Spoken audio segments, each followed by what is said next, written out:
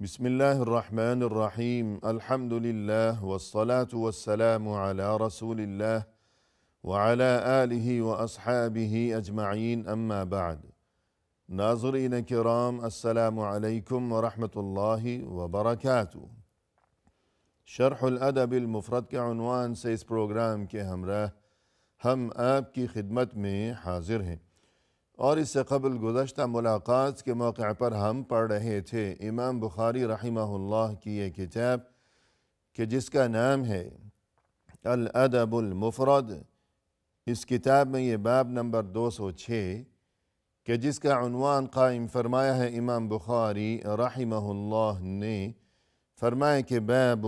شماتۃ الاعداء، یعنی دشمنوں کا خوشی منانا۔ اس حدیث میں اس عنوان کے تحت ناظرین کرام امام بخاری رحمہ اللہ نے جو حدیث درج فرمائی ہے کہ جس کا نمبر ہے اس کتاب الادب المفرد میں 441، ہم یہ حدیث اس سے قبل گزشتہ ملاقات کے موقع پر پڑھ چکے ہیں، اور اس میں یہ تذکرہ کیا گیا ہے کہ رسول اللہ صلی اللہ علیہ وسلم اللہ کی پناہ طلب کیا کرتے تھے تقدیر کے نتیجے میں پہنچنے والی تکلیف سے، اور یہ کہ دشمنوں کے طعنے سے۔ اس کے علاوہ مزید یہ کہ صحیح مسلم میں یہ حدیث کہ جہاں اس کا نمبر ہے 2707، وہاں 4 چیزوں کا تذکرہ کیا گیا ہے کہ رسول اللہ صلی اللہ علیہ وسلم ہمیشہ اللہ کی پناہ طلب کیا کرتے تھے ان 4 چیزوں سے۔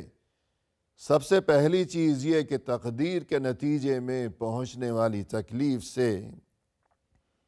اور اس کے بعد یہ کہ بدبختی کے حصول سے، کہ ایسا نہ ہو کہ یا اللہ کبھی بدبختی مجھے آ دبوچے، اور تیسری چیز یہ کہ دشمنوں کی خوشی سے، اور چوتھی چیز یہ کہ بلا کی سختی سے، کہ کسی ایسی مصیبت میں یا اللہ میں کبھی گرفتار نہ ہو جاؤں کہ جو میرے لیے بہت ہی جان لیوا ثابت ہو۔ یہاں اس سلسلے میں ناظرین کرام پہلی بات تو یہ کہ ہمیں اس سے یہ سبق ملتا ہے اور یہ قیمتی ترین تعلیم ملتی ہے کہ جب رسول اللہ صلی اللہ علیہ وسلم کی یہ کیفیت تھی کہ آپ صلی اللہ علیہ وسلم اپنے تمام تر مقام و مرتبے کے باوجود اللہ سے ہمیشہ اپنے لیے پناہ طلب کیا کرتے تھے ان چیزوں سے۔ تو یوں انسان کو چاہیے، اور آپ صلی اللہ علیہ وسلم کے امتی کی حیثیت سے ہم سبھی کو چاہیے کہ ہمارا بھی یہی معاملہ ہو اور ہمارا بھی یہی معمول ہو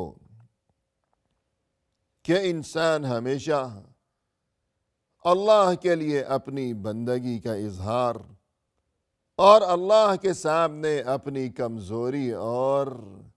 اپنی محتاجی کا اظہار کرتا رہا کرے، اور یوں اقرار و اظہار کیا کرے کہ یا اللہ تو جانتا ہے کہ میں تیرا بندہ ہوں، میں کمزور و ناتواں ہوں، اور یہ کہ کسی بھی مصیبت سے بچنا یہ میرے اختیار میں نہیں ہے، لہذا یا اللہ میں خود کو اور اپنے تمام معاملات کو تیرے ہی حوالے کر رہا ہوں، اس لیے یا اللہ تو مجھے ہمیشہ ہر قسم کی مصیبتوں اور آفتوں سے اپنی حفظ و امان میں رکھنا۔ تو یوں اللہ کے سامنے گڑ گڑانا، اور یہ کہ اپنی کمزوری اور بے بسی کا اور اپنی محتاجی کا اقرار و اظہار کرتے رہنا ضروری ہے۔ اس کے علاوہ مزید یہ کہ یہ جو فرمایا کہ کان یتعوذ من سوء القضاء، یعنی رسول اللہ صلی اللہ علیہ وسلم اللہ کی پناہ طلب کیا کرتے تھے تقدیر کے نتیجے میں پہنچنے والی کسی تکلیف سے۔ تو یہاں ناظرین کرام یہ تذکرہ مناسب ہوگا کہ بہت سی کتابوں میں یہ جو لفظ ہے سوء القضاء، اس کا اردو ترجمہ یوں کیا گیا ہے کہ بری تقدیر، یعنی یا اللہ میں تیری پناہ طلب کرتا ہوں بری تقدیر سے۔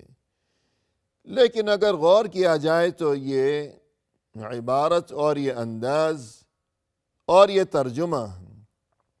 یہ مناسب معلوم نہیں ہوتا، بلکہ یہ خلاف ادب محسوس ہوتا ہے۔ اگرچہ حقیقت تو یہی ہے کہ اچھی اور بری ہر قسم کی تقدیر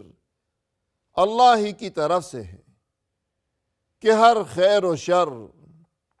اور نفع و نقصان اور زندگی اور موت اور خوشی اور غم، یہ سبھی کچھ اگرچہ یقیناً اللہ ہی کی طرف سے ہے۔ کہ فرض کیجئے دو انسان ایک جگہ ایک ساتھ بیٹھے ہوئے ہیں، ایک ہنس رہا ہے، انتہائی خوش ہے، شاداں و فرحاں ہے، جبکہ اس کے ساتھ بیٹھا ہوا دوسرا انسان رو رہا ہے، انتہائی پریشان ہے، اداس ہے، رنجیدہ خاطر ہے، غمگین ہے۔ تو یہ خوش ہے اور یہ غمگین، یہ ہنس رہا ہے اور یہ رو رہا ہے، حالانکہ دونوں ایک ساتھ بیٹھے ہوئے ہیں کسی جگہ۔ اور اس سے بھی بڑھ کر یہ کہ خود ایک ہی انسان کبھی ہنستا ہے اور کبھی روتا ہے۔ فرمایا قرآن کریم میں وَأَنَّهُ هُوَ أَضْحَكَ وَأَبْكَى، یقیناً وہی اللہ ہی ہے کہ جو کبھی ہنساتا ہے اور کبھی رلاتا ہے۔ تو یہ ہنسی اور یہ رونا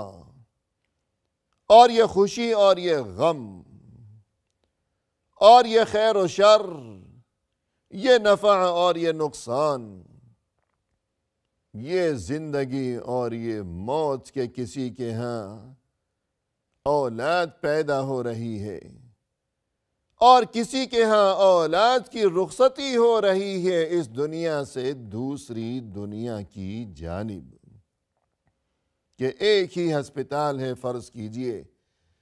ایک دروازے سے کوئی اپنے نومولود بچے کو لیے ہوئے گود میں اٹھائے ہوئے ہنسی خوشی وہاں سے نکل رہا ہے، لیکن اسی ہسپتال کے دوسرے دروازے سے عین اسی وقت کوئی اپنے کسی پیارے کی میت کندھوں پر اٹھائے ہوئے بوجھل قدموں کے ساتھ چلا جا رہا ہے۔ الغرض،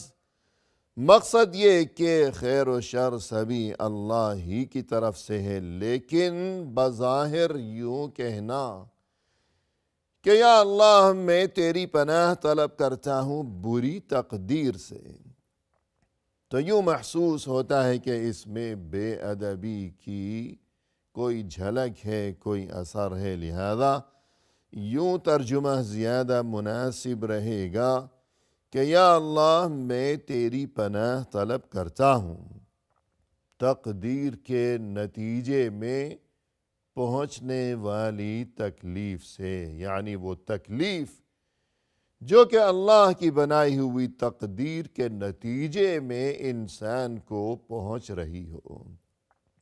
تو اس تکلیف سے پناہ طلب کرنا مقصود ہے۔ اور اصل بات کہ جس کی خاطر یہ عنوان قائم فرمایا ہے امام بخاری رحمہ اللہ نے، وَشَمَاتَةِ الْأَعْدَاءِ، یعنی رسول اللہ صلی اللہ علیہ وسلم یوں دعا کیا کرتے تھے کہ یا اللہ میں تیری پناہ طلب کرتا ہوں دشمنوں کی خوشیوں سے، یعنی ایسی مصیبت میں نہ پھنس جاؤں کبھی یا اللہ کہ میری حالت کو دیکھ کر میرے جو دشمن ہیں وہ خوشیاں منایا کریں اور مجھے طعنے دیا کریں کہ اچھا ہو گیا کہ یہ شخص اس مصیبت میں پھنس کر رہ گیا ہے، تو اس سے در حقیقت یہ بچانا مقصود ہے کہ تمام مسلمانوں کے لیے ضروری ہے یہ بات کہ ان کے دلوں میں ہمیشہ آپس میں ایک دوسرے کے لیے عزت و احترام کے جذبات ہوں، باہم و شیر و شکر بن کر رہا کریں، تو نتیجہ یہ ہوگا کہ خدا نخواستہ اگر ان میں سے کوئی کبھی کسی مصیبت کا شکار ہو گیا ہو تو ایسے میں ہر کوئی آگے بڑھے گا، اس کی مدد کے لیے مخلصانہ کوششیں کرے گا، جد و جہد کرے گا،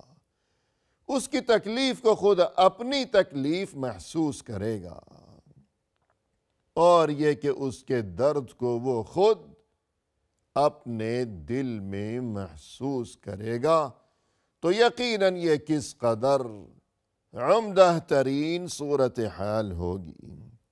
کہ تمام مسلمان ایک ہی ہوں، ایک جسم کی مانند ہوں، جیسا کہ رسول اللہ صلی اللہ علیہ وسلم نے ارشاد فرمایا، مثل المؤمنین فی توادہم وتراحمهم وتعاطفهم كمثل الجسد الواحد إذا اشتكى منه عضو تداعى له سائر الجسد بالسهر والحمى، یعنی آپ اس میں محبت و احترام کی جو یہ معاملہ ہے، آپ اس میں محبت و احترام کے سلسلے میں تمام مسلمانوں کی صورتحال یوں ہے کہ گویا وہ سب ایک ہی جسم کی مانند ہوں کہ اگر کسی ایک کو تکلیف پہنچتی ہے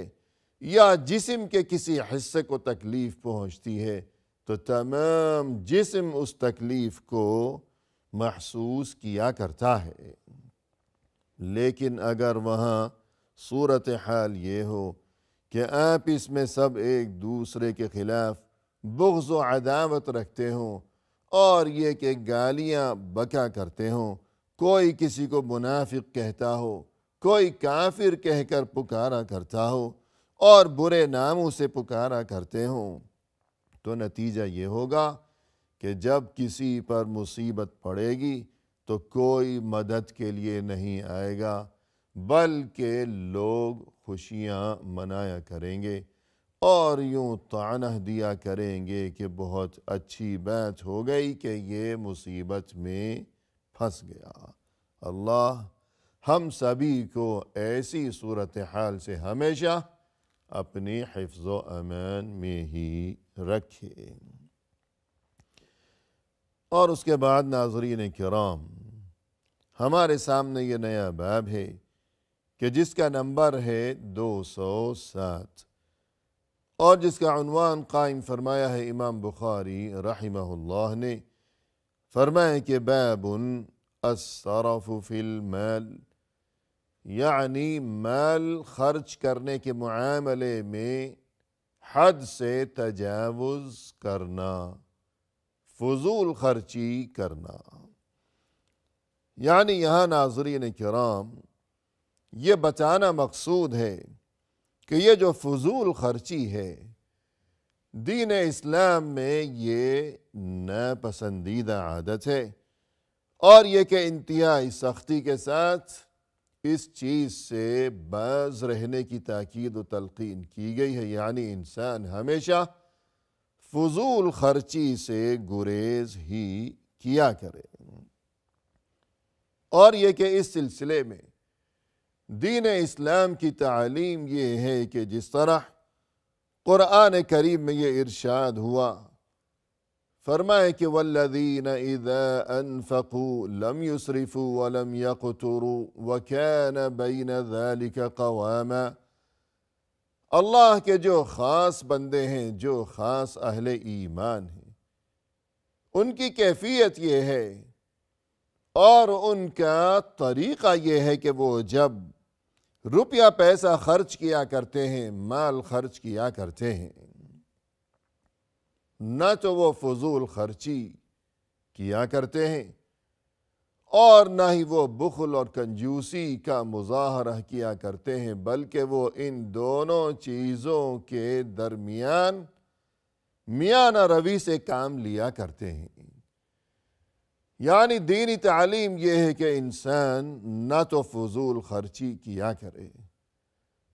اور نہ ہی کنجوسی دکھایا کرے، کہ اگر اللہ نے مال و دولت سے نوازا ہے، خوشحالی ہے، فراوانی عطا فرما رکھی ہو اللہ نے، اور یہ کہ انسان کو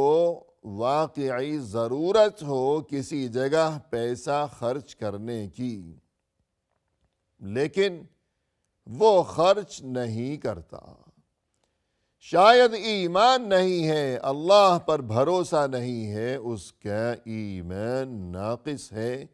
کمزور ہے، کہ واقعی ضرورت ہے اور یہ کہ خوشحالی موجود ہے، پھر بھی خرچ نہیں کر رہا اور خود کو تکلیف میں مبتلا کیے بیٹھا ہے۔ یا اسی طرح فرض کیجئے کہ وہ لوگ کہ جن کا نان و نفقہ شرعی طور پر انسان کے ذمے ضروری قرار دیا گیا ہو، کہ مثلا انسان کے یہ بیوی بچے، یہ اہل و عیال کے ان کا نفقہ، ان کے اخراجات، یہ دینی لحاظ سے بھی اور یہ کہ دنیاوی قانون کی روح سے بھی یہ سب کچھ انسان کے ذمے ضروری ہے۔ یہ انسان کی ذمہ داری ہے، گھر کا جو خاندان ہے، گھر کا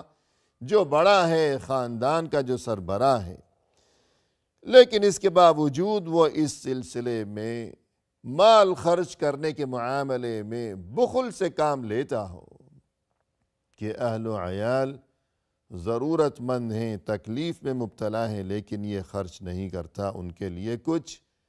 تو اس چیز سے منع کیا گیا کہ نہ تو کنجوسی ہو